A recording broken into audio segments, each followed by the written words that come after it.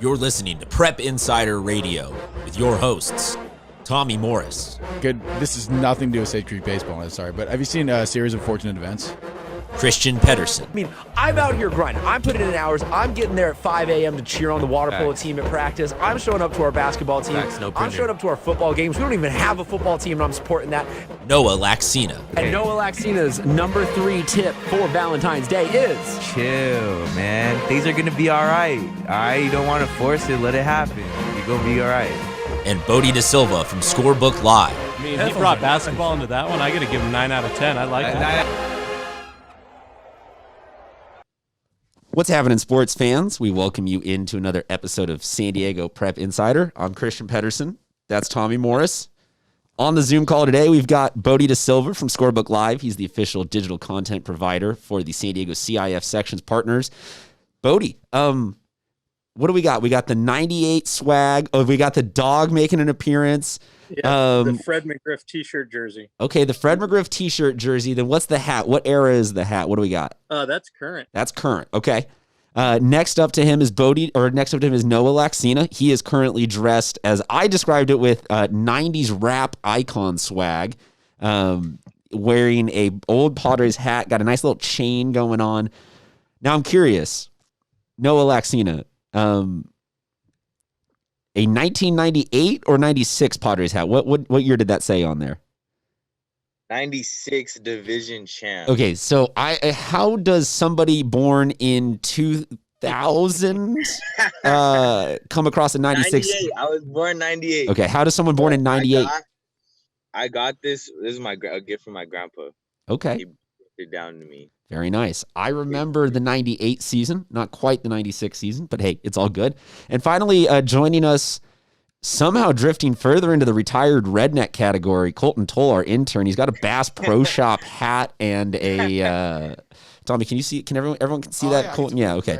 I'm killing the game. Colton, oh damn, I just messed up our. No, we're good. We're good. All right, everything's good. So in studio though with me is Tommy Morris. Tommy is. I want it to be known. I didn't know we were doing video today. Otherwise, I would have dressed up a little bit. Just want that to be known. Hey. I don't always. Well, yeah, but Noah's sister thought that she wasn't going to need the car in the morning. Bodie De Silva thought that he was going to have sound working on his computer. And Colton probably thought that he was going to wake up driving a big rig through the Midwest, delivering supplies for Walmart. I think that we're all on missed expectations for the day. So look, guys, 2 things I want to talk about. One is, even though this is a high school sports show, we can talk about the Padres game, thankfully, because there is a direct tie-in, and that is Tommy Edman, the La Jolla Country Day alum that is both a nuisance to the Padres and nice to see. All-around good human being, though. Ooh, I don't know about that. He's an all-around good human being. No, okay, so let's put this on the poll. Is Tommy Edman still a good human being if the Cardinals beat the Padres? Yes. Am I being too direct there with that one? Yeah, it's kind of mean. Fair enough. Fair enough.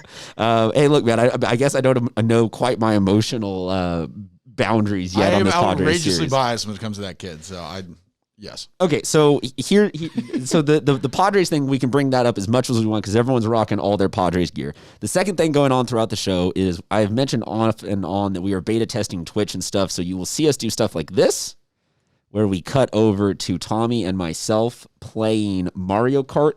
This is so that down the line, we're going to have guests come in, and I will say this in a small clip so we can put it out there.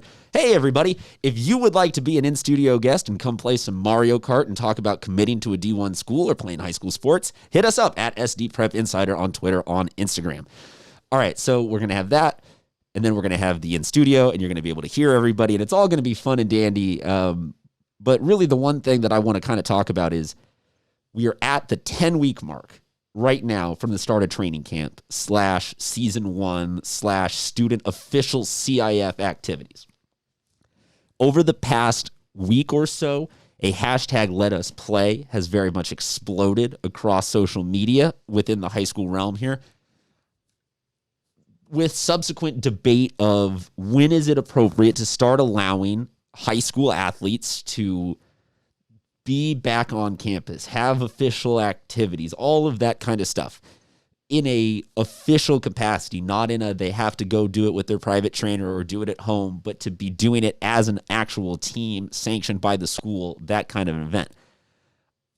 I want to know from you guys, because running the gambit, we have all played football, or Bodie has played Jeremy Tyler in a movie, so we know that he has the body of a Division I / NBA player. Warriors great, Jeremy Tyler. Warriors great. What was the Tel Aviv team that he played for 6 hours? Yeah, exactly. But we've all been in various levels of sport. Some of us are coaches in this conversation, so I think we have maybe different opinions and opportunities. But 10 weeks out, do we really need to start right now? Is there a specific cutoff date where if we can't have the teams back on campus, that we need to start talking about pushing the season? Like, I want kind of as many opinions as I can get on this. No right or wrong answer. Just let Tommy, we'll start with you, and then we'll just kind of go around. Whoever has opinions, jump in. It is a tough question because you're used to doing the whole summer training program thing, and then you get into what is technically fall camp. So the summer training thing lasts, like 2 months. We could call it 8 weeks. So, and then you have to have a dead period in there somewhere, and then you I don't know, and then you have your 2 weeks. So I think realistically, it's hard to say. I think 4 is probably fine. You have 2 weeks of kind of like a pretty heavy regimented training camp so they can kind of work back to close to football shape. Then you have 2 weeks of what would normally be the fall camp, summer/fall camp thing, and then you get into the season. So I think 4 would be cutting it close. I think 6 is safe. I agree with that. I feel like with these kids, since they're in high school, they're young, it's not going to take them a lot to get into shape.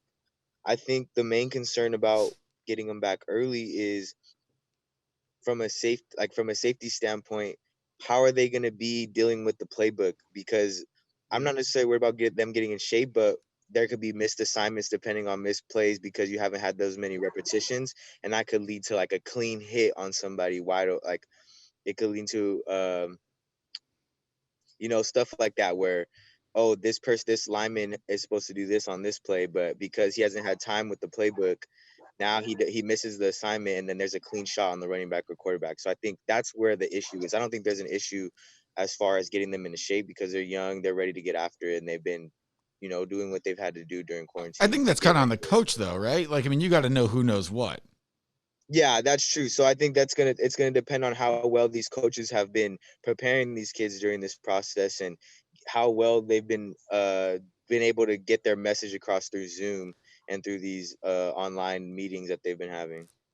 Bodie.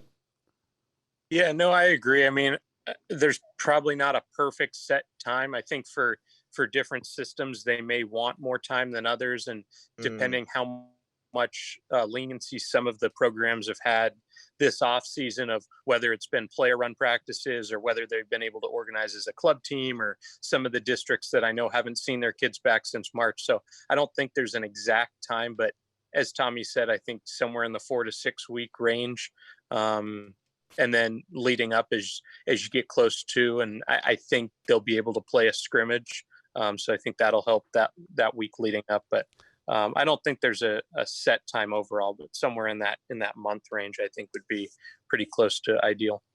So 1 month out from training camp starting in games, or 1 month out from exercising before training camp starts? Well, yeah, I mean, you'd like to think that a lot of the kids could be at least working out on their own now, to hopefully cut down as much of that as you may need. But yeah, I mean, sure, it'd be nice to have a month before training camp to get guys into shape, but I don't think that's really a realistic goal for a lot of teams. Doesn't sound ideal right now. I know that I got cited on Twitter by Andrew Clark last week after the show saying that I like to make coaches cry. So I'm sure that some of the stuff I'm going to say is going to be a little agitating towards people, but you mentioned playbooks, complexity, missed assignments. Is it maybe something that I'm an idiot for just saying this, but who cares how complex your playbook is? Like, wouldn't you rather just focus on not stressing about having to do extra PPE and COVID stuff and extra loopholes like that, and or any sort of risking infections, and just say, okay, great, we're going to bring back the I form and we're going to run left and right for the first 2 games. Like, I don't see high school sports being so complicated with the offensive playbooks, maybe other than like 6 or 7 teams in San Diego where you really, you have enough offensive weapons. I mean, am I wrong in saying that? No, I don't think you're wrong. I think. No, go. I think to an extent, yes, just because it's if you want to look at it like this. Imagine it's an arms race, right? And the school that you're playing this week, that they've been practicing. They've been able to get through the loopholes and been able to practice with their teams, and you haven't been able to. So at that point, like, it's like, whoa, we're not even going to be ready. We're going to do this run right, run left. But then you're already going into the game thinking, well, how ugly is this going to get? Because this other team has been able to practice. This other team has been able to install what they've been trying to do this whole time. And it could be a real, like, slippery slope with the disadvantages that it may bring depending on who you face. Somehow I feel like Noah just made a great analogy for like the Cold War, and you'd make a great teacher in high school. Colton, for you, you were a player recently. If I told you that last year you guys could not do anything practice-wise in person up until the actual day that training camp started, how comfortable would you have felt? Because you guys had a pretty good offense last year going into week 1, only knowing that you had 2 weeks to get together. Well, I mean, I was under Westling, so I was used to being in the weight room the week after our last game of the previous season. So, going in with a few weeks would be very difficult. But honestly, I'd have to think about the kids making the jump from like the JV playbook to the varsity playbook. That's a big jump. It gets a lot more complicated, and then they only get a few weeks to adjust to varsity game speed. Like, it's a big jump. And I think teams that have a lot of sophomores and juniors starting, they would struggle a lot because those kids just wouldn't be ready for that big jump. That's a great point. Because just think about how slow the game was to them last year. Not only they're catching up to game speed, period, from not being able to play, but then to the varsity speed is just different. I remember going to your first varsity game, you get that scrimmage, you get that time in practice to really see the speed for the first time. But if you get to see that speed for the first time in the first game, that could cost you like 3 touchdowns. And then what? And then that's one game down on a short season. I'm kind of freshman speed to Lincoln, and it's just the jump is insane. Like, it's so hard to adjust to. You need an off season to get to it. I'll agree with that. That makes sense. But I going back to just knowing the plays and whatever it may be, if you get a scrimmage in, then that kind of it helps it a little bit. And if you get full contact practice for 2 weeks, that helps a little bit. But I going back to the playbook thing, I think every single team has a handful of plays that's like their bread and butter, and that's what they run. And then everything else they run comes off of those plays. If that makes any sense? Yeah. You guys on that? So I think if you're limited to those first plays for the first couple of weeks, it's not the end of the world. And I know what you're saying. Like, some teams get to practice longer and stuff like that. But you also got to keep in mind every year that's already an advantage for teams that have guys who started as sophomores who've been on the team for now their third year going into it, third year in the system. They don't need the reps and stuff like that. So that's already an advantage that's kind of baked into the cake. If that makes any sense. So yeah, hey, I like that. I think it's take the cake. Yeah, exactly. So it's not. I don't think that's the end of the world. I do think, and I'll go back to the point there. If you have a kid who's a freshman who has to play varsity, if he doesn't get to do tackling drills, full contact 11 on 11, and then has to go straight into a game after not having played for what is now almost a full year, and on a completely different level, that is an issue. But if there is time for scrimmages, or even if you have to limit it to just 11 on 11 against your own team, at least there's some sort of contact and some sort of understanding of what's expected. And yeah, I think we're going to see some wonky games in week 1 just because this is weird, but I think it's very doable. Week 1 is going to be insane. That's all I know, is that week 1 is going to be crazy because we're going to have no idea what's going on with any of these teams until we actually see them in action and get to figure out, what all these teams really are. I think that the 2 distinctions that I'm hearing are multiple levels So I maybe the question is, should varsity be allowed to come back or not versus JV be allowed to come back or not? I would almost do it the opposite. I would let the JV kids have 1 week and then the varsity kids, because you're going to have some of those kids on varsity. Actually, well, you can't really police that because are we still doing that? Is there still going to be a JV season? Well, that's where I was going. Is does it become worth it to differentiate all the numbers, or is it easiest to just sort of say, hey, look, you can have your program back, just don't split it up too wide. Make it just varsity or something like that. Well, and that's another that just brings up a whole different other element of problem, because we don't there's some schools who might have the numbers to do that, but then there's some schools who already didn't have the numbers to have 2 teams, and then now because of COVID there's less participation, so it'd be tough depending on what school you're at, if you could even have enough to make even full 11-on-11 teams. I know, didn't Bishops last year had 20 kids or something like that, or there was one tops. year where they only it seemed like they had 5 in the whole program.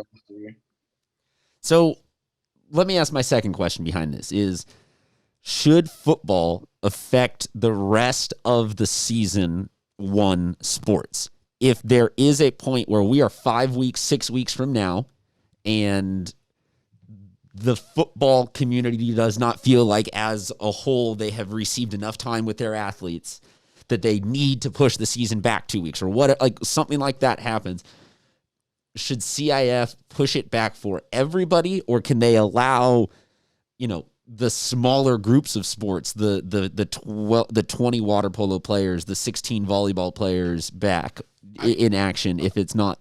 I was already on board with them starting golf. Well, because I think my question is, I don't feel like a lot of these other sports are necessarily clamoring for, we need all this lead up time. I think everything else just wants to get started on time, and they don't need that run up. They just okay, great, December 17th, we're good to go. But somehow the thing is right now, if I wanted to go play golf, I could. By CDC guidelines, I could. If I wanted to go play tennis right now, I could. By CDC guidelines, I could. There are certain sports that don't fall into the same category as some of these big team sports. Even track and field, to an extent, I think probably would be fine. But you just have to have less kids on the track at the same time. I don't. Maybe you don't have a baton or something like that, but there's ways to make that work, and you're not standing next to each other for extended periods of time. So there's sports where it could work, and I think it's not fair to those kids. It's especially got golf and tennis kids who could go play right now in public and no one would say anything, but they can't play for the school team. That to me doesn't make much sense. And I know they're trying to make it fair for everyone and they don't want to start some and not the other, but realistically, I mean, there's no reason to take away someone's senior season in something if you can literally go do it outside right now and nobody would care. Even swimming races, you can go swim in the lap pool right now. So I don't see why you need to delay those guys or make them have to sit out or suffer. Bodie? No, I agree with Tommy. I mean, there with some of those sports that can start, especially, I mean, golf courses have been open for so long where the frustration, and even, I mean, I've seen some tennis courts open as well. So the sports that, and I get that they don't want to have the liability that way, but some of these easily socially distanced sports, I don't think there's any reason why they shouldn't already be starting. But I get it from CIF's angle. I mean, the whole other argument is, I get the let us play, but as of now, CIF hasn't said anything that they're going to push it back. I know there may be concerns, but there's nothing. So the let us play, the best I can decipher is that the Sweetwater Unified School District is currently the school district that of all of the ones involved in this equation is being the most vocal and proactive about, if you are a coach at one of our schools, you do not have any reason to be contacting one of our players in person right now. Do I have that as best as everyone understands it? Yeah, that seems correct to me. So everybody is, to me, interpreting the Sweetwater Unified's ruling on that as a proactive, we are here to take sports out. We are here to end sports. When in actuality and factuality, the best that I can decipher from everything that I have looked up is that they are just simply maintaining a very proactive stance of, CIF is not saying you can come back until this date, so we're not going to let anyone come back until this date. And we don't want it to happen under the guise of travel ball or AAU or club or anything like this. Just stay your distance, help us lower these numbers so that we can actually get started when CIF starts. Is that correct, as far as everyone understands it? Yeah. To my knowledge, yes. So that's where I think it's just it's a convolution of facts maybe right now, and everything getting a little twisted, because I don't think anything has at all actually been announced about sports being canceled or pushed back. I have no factual understanding of how that would of anything like that going on. Yeah, no, I mean, as far as I've seen, and not that our district's made a specific announcement, but in recent stuff, we have appeared to mirror the southern section as much as possible. And I know their statement earlier in the week was, at this time, there's no change in calendars. We're planning to begin stuff as originally announced in mid-December. I'm forgetting the exact date, but that everything's on as normal for now. Well, and that's where I think it's interesting, because to me, football is the sport that feels like our players need so much time leading up to this season. And nobody else, I mean, granted, there are not a ton of other sports that, like water polo does not have a huge social media base and army, but you don't see, other than a select few handful of sports, any students from these other sports being like, our volleyball team needs these extra hours to figure out our offense. But some of these other sports are just as timing and complicated related. So I think it's an interesting clamoring that football feels like they need all this extra time and they need all of the rules bent around their perspective and their universe. It's interesting. I don't think, though, it's anything worth struggling about, because I can't perceive right now sports being pushed back any further. I would agree. I mean, some of the other states we cover and I've been working on have been going. In Mississippi and Arkansas, we're now into weeks 5 and 6. And yeah, there have been some cancellations, and week by week, teams may have to on a Monday scramble and find, oh, this team can't play for 2 weeks. Okay, let's see if is there anyone else in the state? Is there anyone in a regioning section or close by state that we can find a game with? I think that may be something that teams have to do throughout the year, but I mean, you take it week by week and just make sure that the kids can get back out on the field, because that's just important with really all these sports. Let's close this out, just kind of going around with something good. Anything good about high school sports? Because we need to play around to what's good after all this what's potentially negative. What's bad? Yeah, what's bad. I'll start with what's good for me is the commitments keep coming. I was going to say the same thing. I mean, we can all talk about the commitments, and if you just want to go to SD Prep Insider and read off names, you're welcome. But I think that for me, I'll say what's good is that the commitments keep coming in the random sports, like a Rancho Bernardo wrestler and volleyball. Like it's just what's good is the fact that we are a city that produces a wide variety of success. We're not just known for one thing. Tommy. Well, yeah, I was going to kind of piggyback on that, because I love following your Instagram, and basically without sports now, the main thing we are posting is just kids in their college sweaters and stuff like that. And it's just so exciting for these kids. I know it's kind of a bummer they don't get to have the normal, signing day and all that kind of cool stuff that kids get to do, but people are finding a way to make it happen. And I think more importantly, I think a lot of these kids are very concerned with potentially not playing their senior year, what would happen with their college, prospects and stuff like that. And it's good to see that some of these kids are still finding a way to make it happen anyway. So good for them. And just, again, follow our Instagram if you want to keep seeing some more uplifting stuff in what seems like a news cycle that is never good news. Bodie DeSilva from Scorebook Live. What's good? Nope. All right. We lost everybody. Is our Twitch thing going too long? No, I think it's the Zoom thing and combined minutes. with my internet. Well, we were right at the very end of the show anyway, folks. So, Tommy, we will do our best to dismount on this and say thank you. What's good is probably Bodie, but Bodie was going to say is the shoes I'm wearing right now. Yeah, he always has deal. good shoes. That we'll follow us on SD Prep Insider at Instagram. We will have Bodie DeSilva's shoes for the day, even though he was not with us. Thank you, everybody, for following us. We will be back every week till the season starts with shows. We're going to get interviews started again next week, probably. We got more big announcements coming. We're going to be adding some other stuff, some play-by-play, some other cool, really awesome stuff like that. Tommy, we're going to have a lot of fun this season. Also, for those of you who've been watching on Twitch, my controller was broken in the first race. And we're also not paying great attention, so, Laser focused. This might not get quite as widely broadcast on the actual visual stream. Probably but hey, not. as I say, those of you listening, you're smart cookies. If you're hearing this audio wise and you're really trying to figure out how to watch this, you'll figure it out. Thank you very much, everyone, for checking in. We will talk to you soon, sports fans. You all stay safe out there.